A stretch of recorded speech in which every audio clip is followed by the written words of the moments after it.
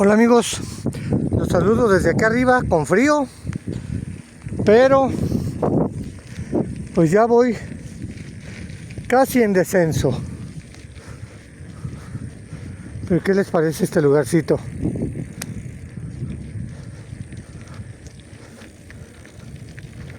Muy tranquilo.